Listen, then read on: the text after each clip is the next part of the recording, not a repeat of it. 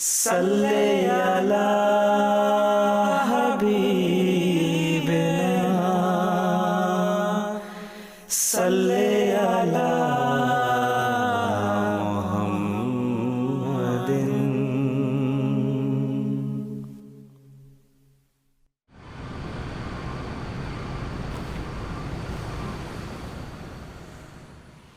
Sebagai ibu kota Jawa Tengah, Semarang menjadi salah satu kawasan yang paling berkembang di Pulau Jawa. Dari sejak dulu, Semarang telah menjadi tempat sibuk. Semarang adalah satu dari 3 pusat pelabuhan terpenting di Pulau Jawa. Tidak heran jika mengunjungi Semarang, khususnya kawasan utara, banyak ditemui bangunan unik dan indah. Sentuhan arsitektur khas Art Deco dapat dijumpai di kawasan yang sekarang lebih dikenal dengan sebutan Kota Lama. Bangunan-bangunan tua itu kini menjadi lebih gagah seperti pada masa lalu. Selain Lawang Sewu ataupun Tugu Muda yang memang sudah masyhur di kalangan masyarakat, kini setelah direvitalisasi beberapa tahun ke belakang, Kota Lama pun telah menambah daftar landmark yang dimiliki oleh Semarang.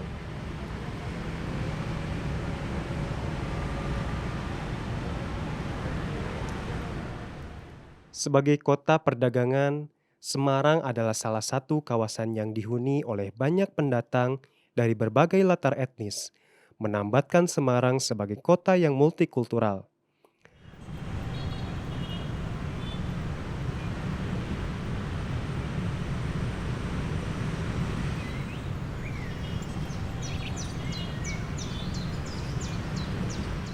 Pada maskot Warak Ngendok, ikon yang terletak di Jalan Pandanaran itu bukan sekedar landmark biasa, namun merupakan lambang kerukunan. Bentuk kepalanya mewakili Tionghoa, badannya mewakili Arab, dan kakinya mewakili Jawa. Warak Ngendok adalah wajah kerukunan antar penduduk multi etnik di Semarang. Meskipun berbeda keyakinan, budaya, ataupun suku bangsa, masyarakatnya tetap guyup rukun.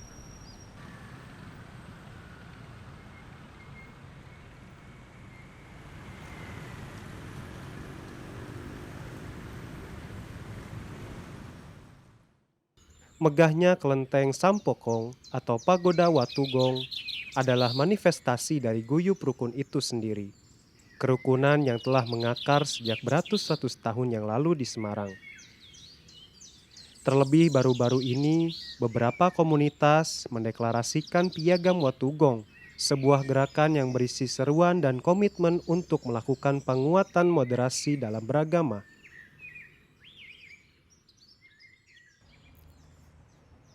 Di tempat ini, di pelataran ini, ya, Wihara Budagaya Watugong, dulu pada tanggal 10 bulan 10 tahun 2020 berkumpul 44 organisasi, ya, yang lintas mazhab, lintas agama, lintas majelis, lintas keyakinan, di mana 44 organisasi ini kemudian menandatangani Piagam Watugong, ya, yang cukup fenomenal pada waktu itu tentang peneguhan kembali komitmen kebangsaan, ya, bagaimana kita semua bersama-sama menjaga kerukunan, solidaritas dalam perdamaian dan seterusnya.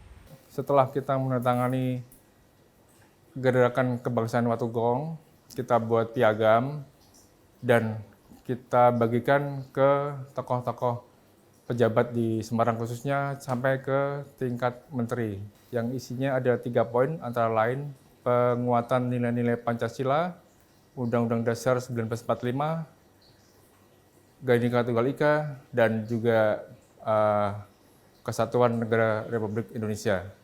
Kemudian yang kedua ada penguatan moderasi beragama dan ketuhanan yang Maha Esa.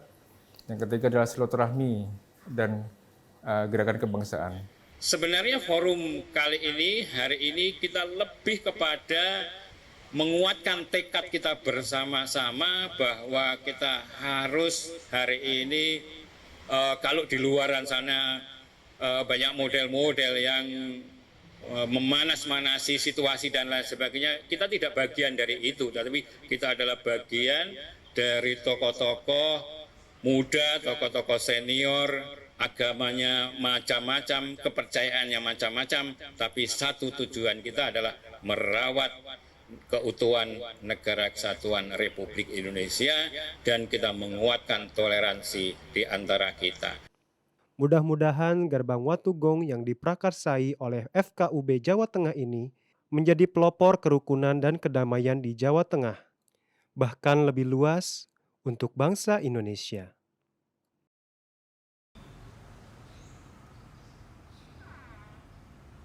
Jemaat Ahmadiyah Semarang merupakan salah satu komunitas yang tergabung dalam gerakan kebangsaan Watugong.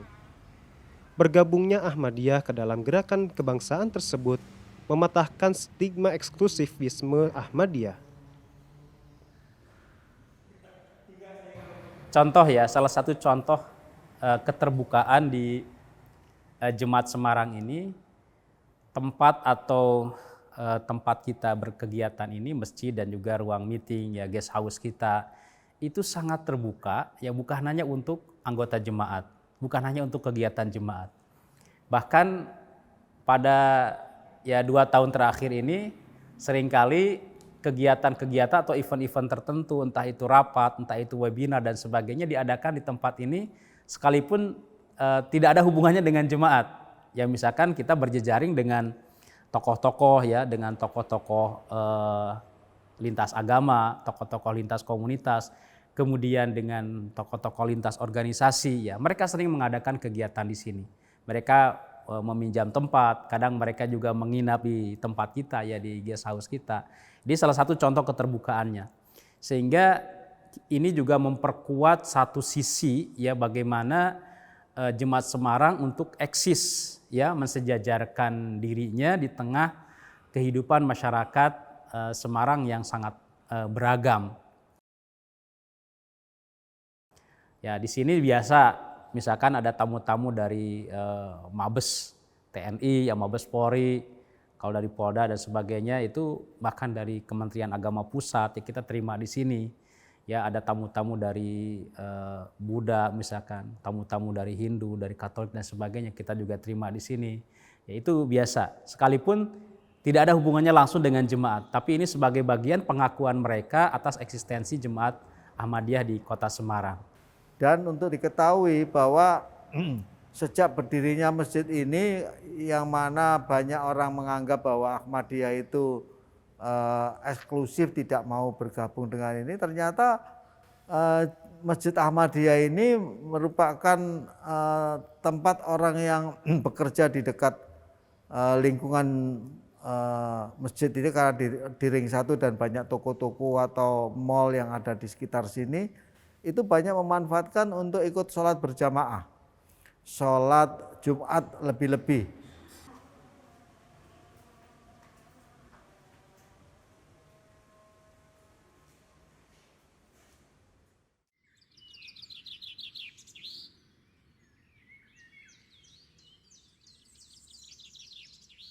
Yang perlu mungkin kita ketahui bahwa di sekitaran masjid ini, jadi kanan kiri depan belakang masjid ini adalah non-muslim dan kebanyakan ada Chinese.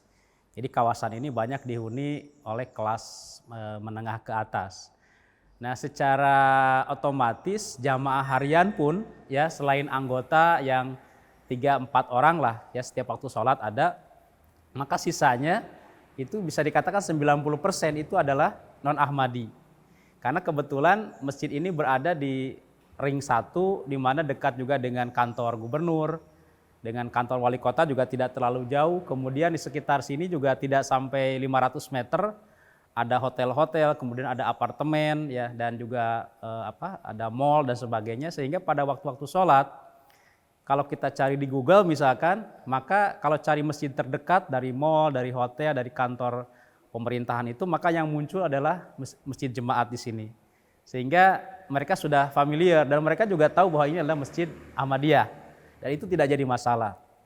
Nah, positifnya dari posisi masjid yang strategis yang berada di kawasan Simpang 5 ini di Ring 1, maka masjid ini menjadi masjid terbuka. Ya, masjid terbuka, siapa saja boleh datang di sini, siapa saja bisa sholat di sini. tanpa mereka juga melihat ini Masjid Ahmadiyah atau masjid siapapun gitu ya. Jadi tidak ada masalah bagi mereka. Dan ketika misalkan di tempat lain juga Masjid Ahmadiyah atau Ahmadiyah sendiri banyak dipermasalahkan dan mereka tahu di sini Masjid Ahmadiyah, alhamdulillah di sini tidak menjadi masalah bagi mereka. Bahkan ya mereka juga menjadi dalam tanda kutip agen-agen untuk mempromosikan ya, untuk bertabayun ke luar sana bahwa Masjid Ahmadiyah juga terbuka sama dengan masjid-masjid yang lain. Allahu Akbar, Allahu Akbar.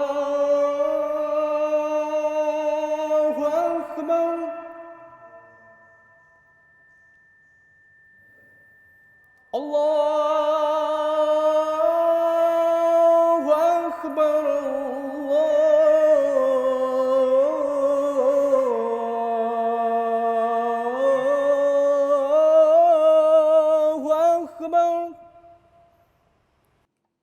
Masjid yang berlokasi di kawasan Ring 1 Jawa Tengah itu telah mematahkan stigma bahwa Ahmadiyah tertutup dan tidak berbaur. Di Semarang, justru kita dapat melihat bagaimana masjid 2 lantai itu dipadati oleh para jamaah yang mayoritasnya adalah non-Ahmadi. Lebih-lebih di hari Jumat, masjid pun dipenuhi oleh para pekerja yang beraktivitas di kawasan Ring 1 Jateng itu.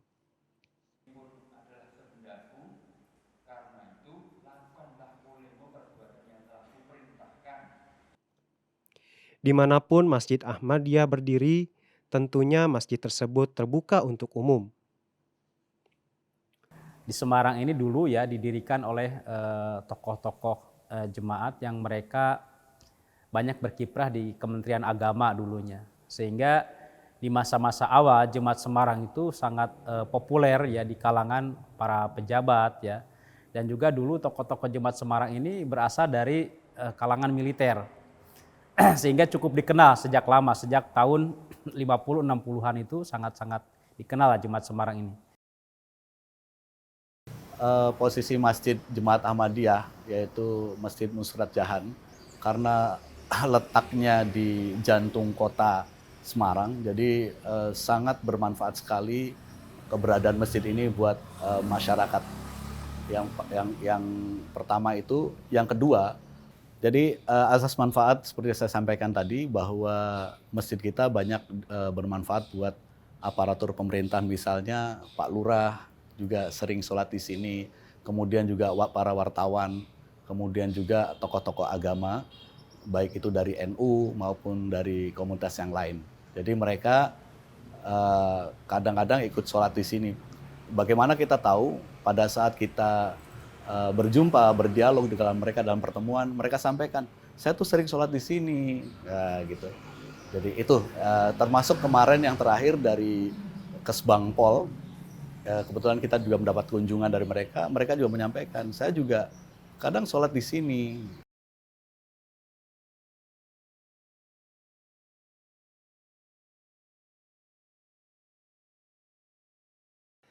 Masuknya Ahmadiyah ke ibu kota Jawa Tengah tersebut tidak terlepas dari peran Bapak Ahmad Dimyati, seorang tentara yang bertugas di kota Semarang.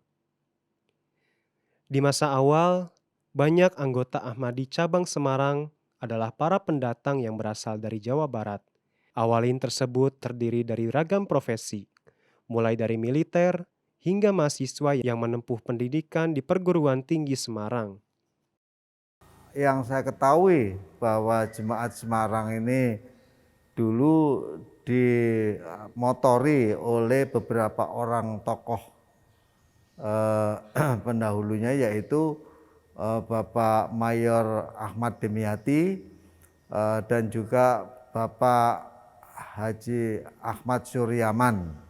Itu beliau seorang CPM yang dengan pangkat kapten.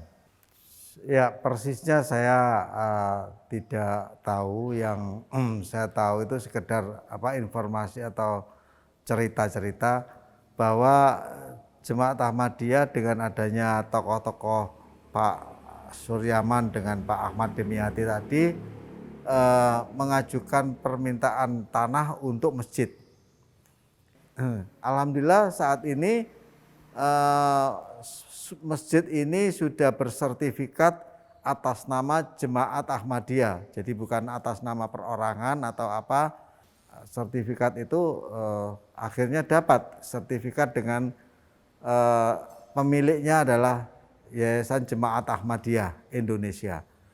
Sekali lagi yang saya ketahui, orang-orang yang ada di sini yang pernah tadi yang saya sampaikan seperti Pak Haji Ahmad Suryaman, Pak Ahmad Dimyati, Pak Tatang, juga Pak yang belum saya sebut adalah Dr. Momon. Itu merupakan kebanyakan dari Jawa Barat.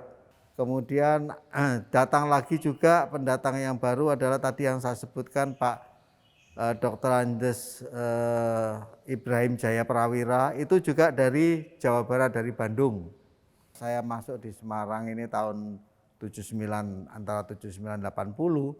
Masjid ini sudah ada dan memang ada prasasti yang tertempel di depan masjid tersebut. Kalau menurut berdasarkan prasastinya, itu nama masjid itu adalah Nusrat Jahan.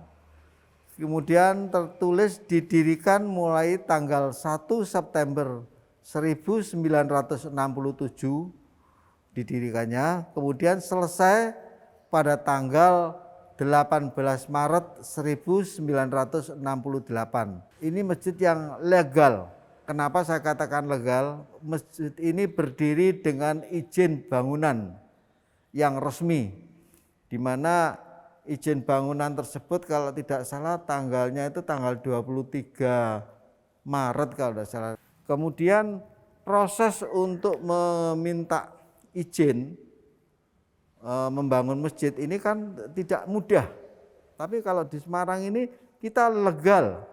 Legalnya karena mempunyai izin.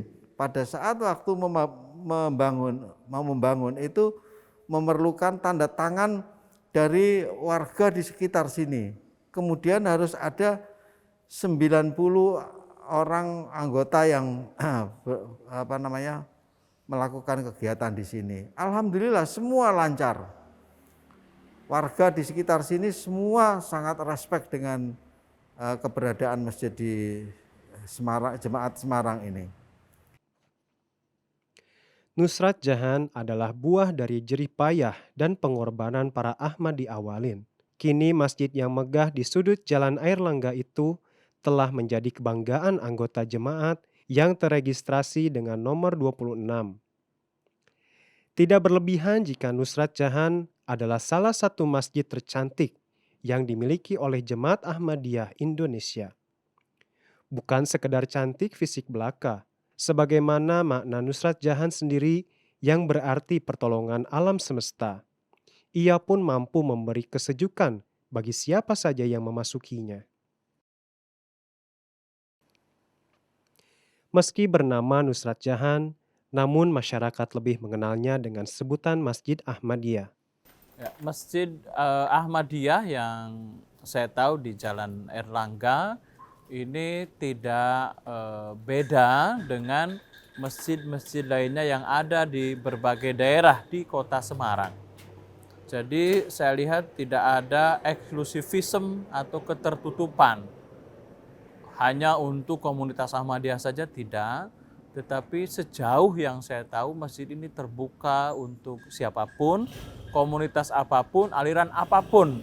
Mau sholat duhur, mau sholat Jum'ah, mau sholat asar, masjid ini, Masjid Ahmadiyah ini setahu saya sangat terbuka untuk umat Islam siapapun tanpa membedakan golongan maupun aliran apa. Saya kira ini juga hal yang bagus dan luar biasa. Ya, dalam konteks interaksi saya dengan teman-teman Ahmadiyah Semarang, saya tidak menemukan itu semua.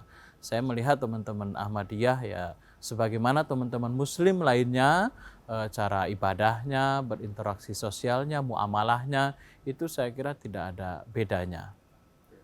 Jemaat Ahmadiyah yang kami kenal adalah sama seperti dengan jemaat Muslim yang lain, di mana mereka sangat terbuka, toleran, bahkan menghargai yang berbeda keyakinan dengan mereka. Dan tidak hanya saya yang mengalaminya, tetapi juga kawan-kawan yang lain juga merasakan hal yang sama. Masjid Nusrat Jahan yang terletak di Jalan Erlangga Raya nomor 7A Semarang, ini adalah masjid yang sangat inklusif.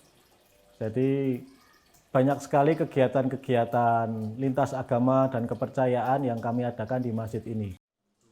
Langsung reaksi ya, dengan berbagai bentuk pengetahuan. Reaksi itu bisa audiensi, bisa rapat, bisa turun ke jalan, bisa pernyataan sikap dan sebagainya. Untuk fasilitas penunjang supaya kegiatan ini dapat berjalan dengan baik, baik itu Amilah khususnya, Lajna Imailah, kemudian Hudam dan juga Ansar, dengan adanya rumah misi, ada meeting room, itu sangat membantu sekali. Jadi yang pertama, meeting room bisa digunakan untuk rapat-rapat internal. Kedua, meeting room juga bermanfaat juga untuk menjadi semacam base camp atau pusat kegiatan jemaat internal, jemaat berhubungan dengan jejaring sosial. Kenapa? Karena ruangan itu juga bisa kadang-kadang dari kawan-kawan jejaring sosial, jejaring jemaat itu memakai ruangan tersebut untuk meeting-meeting. Misalnya dalam penyelesaian kasus gereja yang tidak bisa dibangun, itu rapat-rapatnya juga dilakukan di Masjid Nusrat Jahan ini di ruang meeting. Kemudian perjumpaan kita dengan banyak komunitas, baik itu pendeta, kemudian kiai-kiai, itu juga dilakukan di meeting room. Kemudian juga itu juga kadang kita pakai gunakan untuk kegiatan-kegiatan bakti sosial yang bekerja sama dengan HF dan juga dari Persaudaraan Lintas Agama, itu berangkatnya juga dari tempat ini, dari tempat meeting room itu. Tempat ini orang NU, Muhammadiyah, LDII, Syiah juga bisa berkumpul di Erlangga. Cuma kita belum bisa menunjukkan kepada mereka, inilah perpustakaan jemaat, inilah buku-buku jemaat. Itu yang kita belum bisa tunjukkan kepada mereka. Salah satunya adalah perpustakaan kita belum memadai, karena kita ini tingkat provinsi, yang menurut hemat saya sudah seharusnya jemaat memiliki tabligh center atau perpustakaan yang representatif, yang bisa menggambarkan, ini loh jemaat, ini loh jemaat, literaturnya juga harusnya kita sediakan. Semoga Nusrat Jahan akan senantiasa terus menjadi pelopor dalam menyebarkan ajaran Islam yang damai, yang menebarkan kasih sayang, dan senantiasa menjunjung tinggi nilai-nilai kemanusiaan. Amin.